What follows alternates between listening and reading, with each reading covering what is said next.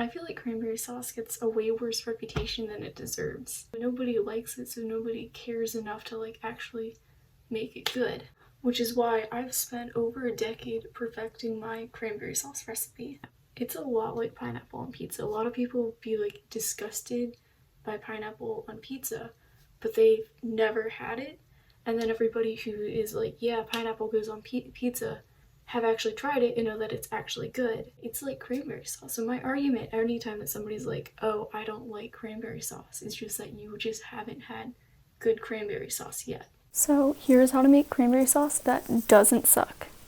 So cranberry sauce follows a basic 1:1:1 ratio, where for every 1 bag of cranberry sauce, you do 1 cup of orange juice and 1 cup of sugar. My orange juice that I have is either expired or frozen, so this should be interesting. Okay, so you can put the 2 cups of sugar, 2 cups of orange juice in the pot, turn the fan on, and just medium high heat works. Okay, so I like to wash the cranberries just because I once read a story about this whole town of people that died from eating spinach with teeth. Why is the orange juice in the sink? Before I rudely interrupted myself by being distracted by orange juice that I put in the sink for some unknown reason, I was trying to talk about something that I learned in my human geography class about this case where the spinach was dipped in water that was infected with E. coli, and then that got around to a lot of people in the area, and a lot of them got like really sick and died, and so that's why you wash your vegetables. If your mac and cheese looking concoction starts bubbling, that indicates that it's close to boiling, which is good enough to put the cranberries in. You can just like take them and dump them in. Just be careful like splashing yourself in the face.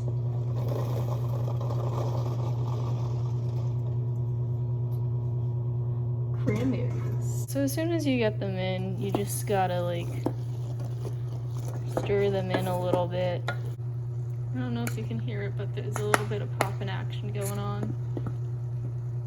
It's completely normal, just regular cranberry stuff. Don't just like constantly stir them, but make sure that you like stir them fairly frequently and regularly, just so that you know heat is dispersed throughout all of the berries. So the key to having cranberry sauce that's not bitter without being like overwhelmingly sweet is spices. Not like hot spices, but like nutmeg, cinnamon, and the likes. You can use already ground up nutmeg if you don't want to expel beta energy. Whole nutmeg does a whole lot better. So you just gotta like grind it. Oh wait, why is my spoon in there? Oh, this is a really pretty thing that happens. It'll start going like that, and I think that that's like very pretty. I also like to add a little bit of cinnamon, not like too much, but like enough. And now you should be able to notice little